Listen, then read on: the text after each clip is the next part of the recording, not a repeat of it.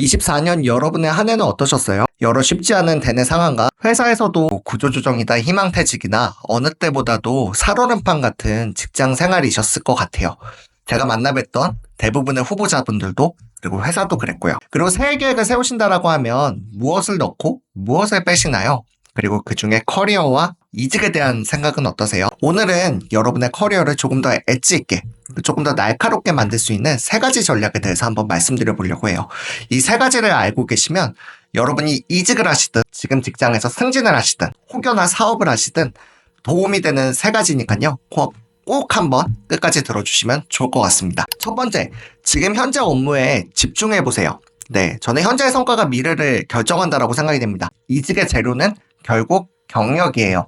어떤 자격증도 어떤 스펙도 이 경력을 뒤집을 수 없습니다.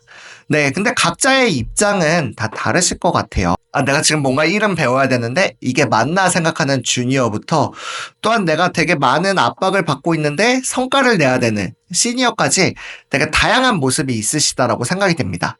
네, 한때 워라벨이라는 말이 되게 유행했던 걸 기억하실 거예요. 이제 일과 삶을 완전히 분리를 해서 일에서는 너무 힘드니까 내가 삶에서는 이렇게 보상을 받아야겠다 이런 부분이 있었는데 지금은 워라블이라는 말을 많이 쓰죠. 내가 내 인생의 3분의 1을 직장에서 보내게 되는데 그렇다라고 하면 내가 내 일을 계속 이렇게 혐오하고 안 하고 적게 해야 되는 것으로만 생각할 것이냐. 그게 아니라 일 자체에서 즐거움을 찾겠다라는 게 제가 생각하는 워라블이거든요. 근데 일이 사실 처음부터 재밌을 수는 없어요. 네. 일은 처음엔 힘들죠. 그리고 알면 짜증나요. 근데 일이 재밌으려면은 한 번은 몰입을 하셔야 된다고 생각이 됩니다. 물론 각자의 상황에 따라서 다 상황은 다르실 거예요. 지금 일이 지루하실 수 있어요. 그렇다라고 하면 조금 더 여러분의 일의 수준을, 도전 수위를 조금 더 올리시면 좋을 것 같아요. 그리고 지금의 내 커리어가, 내 자리가 불안하다라고 하시면 여러분의 툴을, 여러분의 업무 스킬을 조금 더 확장하셔야 됐다라고 생각이 됩니다. 그 지루함과 불안감을 넘어서면요. 이제 여러분이 일에 몰입을 하실 거예요. 그리고 그 몰입을 한다라고 하면 어쩌면 노는 것보다도 내 일이 더 즐거워질 수도 있습니다. 네, 조금 과장인가요? 제가 좋아하는 이제 동화책 중에 사랑이라는 맥바넷의 책이 있어요. 이제 사랑을 찾아서 할머니한테 먼저 물어봐요, 손자가. 할머니, 사랑이 뭐죠? 그랬더니 할머니가 지혜롭게 너가 세상에 나가서 한번 찾아보렴 하고 이렇게 말씀을 하세요. 그래서 이 주인공이 손자가 세상을 여행하면서 사랑에 대해서 물어봅니다. 그리고 결론은 여러분이 예상하시는 것처럼 결국 할머니와의 관계에서 그 할머니의 사랑에서 사랑에 대한 답을 찾아요. 이걸 한번 쓱 끌고 와 볼게요. 누구나 예외 없이 나다움을 고민을 하고 제자리에 대한 고민을 하고 있어요. 그렇다라고 하면 한 번은 내 자리에 기회를 주는 게 좋지 않을까요? 여러분이 결국 돌고 돌아 내 자리를 그리워하는 시행착오를 겪지 않으려면요. 두 번째, 기회는 결국 관계를 통해서 오게 됩니다. 많이 읽히는 고전적인 자기계발 서적 중에 데일 카네기의 인간관계론이라는 책이 있어요. 그 책의 서론에 보면은 연구, 공학, 그런 기술적인 분야조차도 그런 실질적인 전문적인 능력이 성공에 기여하는 것은 단지 15%밖에 되지 않는다라고 해요. 반면에 태도, 인간관계, 리더십 같은 인간관계에 대한 능력, 그것이 성공을 좌우하는 것이 무려 85%나 된다고 합니다. 데일 카네기는 이렇게 주장해요. 성공의 85%는 인간관계를 다루는 능력에 있다. 제가 헤드헌터로서 다양한 산업군의 수많은 고객사들과 후보자들을 만납니다. 그러면 그때마다 저한테 해주시는 말씀이 있으세요. 이 업계가 정말 좁습니다. 그렇기 때문에 여러분들 헤어지더라도 절대 남이 되지 않으셨으면 좋겠어요. 누군가 싸우고 나온다라거나 뭐 인수인계를 대충 해주고 나온다라던가 아니면 회사에 안 좋은 인상을 주고 나오는 것이 된대요. 여러분들 좋게 헤어지는 게 너무 힘들다라고 하면은 절대 적금 만들고 나오지 않았으면 좋겠습니다.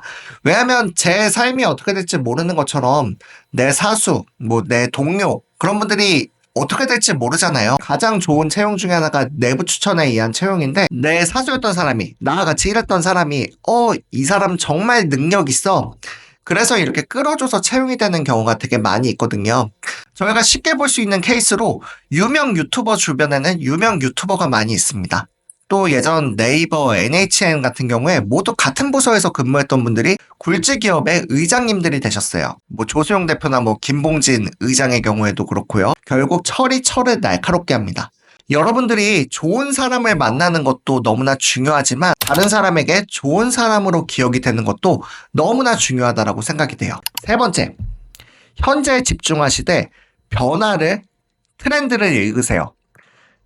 작년부터 이제 AI가 대두되면서 또한 저희가 뭐 인스타나 유튜버를 볼 때에도 너무나 배워야 될 것들, 따라가야 될 것들, 불안감을 자극하고 있는 것들이 너무나 많아요. 나 혼자 투자 안 하는 거 아니야? 나 혼자 뭐 사이드 잡 안 하는 거 아니야? 이렇게 여러 가지 것들, 나만 도태되는 거 아니야? 이렇게 여러 가지 생각들을 많이 하실 텐데 되게 첫 번째로 말씀드릴 건 여러분이 뭐 브랜딩을 하시든 여러분이 어떤 사업을 하시던 그 업의 기반은 철저히 내 본업을 중심으로 하셔야 돼요. 네. 그러니까 앞서 1번, 2번 말씀드렸던 것처럼 본업을, 관계를 소홀히 하실 수 없는 이유 중에 하나겠죠. 그런 반면에 또한 변화에 귀를 기울이셔야 됩니다. 찰스 다윈은 이런 말을 했어요. 가장 강한 종이나 가장 똑똑한 종이 살아남는 것이 아니라 변화에 가장 잘 적응하는 종이 살아남는다라고 얘기를 했습니다. 여러분 커리어도 마찬가지예요. 현재 업무에 최선을 다하시고 그리고 관계에 최선을 다하세요. 근데 그러면서도 변화에 그리고 트렌드에 시장의 변화를 읽지 못하면 도태될 수밖에 없습니다. 제가 올해 희망퇴직이나 전직 이런 거 상담하는 분들이 많이 있으세요. 근데 이런 분들이 뭐 회사 생활을 대충 하셨던 분들이 아니세요. 정말 회사 생활 우리가 누구나 입사하고 싶어하고 신입사원이면 누구나 선망하는 회사에 순위안에 드는 회사인데 거기서 17년, 18년 이렇게 몰입하시다 보면 이제 나오셔서 쓰임이 있는 곳이 없는 경우들이 많이 있으세요. 되게 능력도 많으시고 회사 생활도 너무나도 잘 하셨는데요. 이런 수많은 정보들 가운데 명료함을 더하는 것은 결국은 내 본업과 그리고 관계와 그리고 밖을 향한 시선이라고 생각이 됩니다. 여러분이 본업을 충실하시고요. 관계에 충실하시면서 밟고 있는 기반을 먼저 튼튼히 하시면 좋을 것 같고요. 그 다음에 여러분들 시선을 조금만 밖으로 열어두셔서 여러분들 세상이 어떻게 흘러가시는지 또 어떤 기회들이 있는지 그것들을 보고 캐치하시면 좋을 것 같아요. 무엇을 더할지 그리고 무엇을 뺄지 여러분들 각자의 계획이 있으셨을 거예요.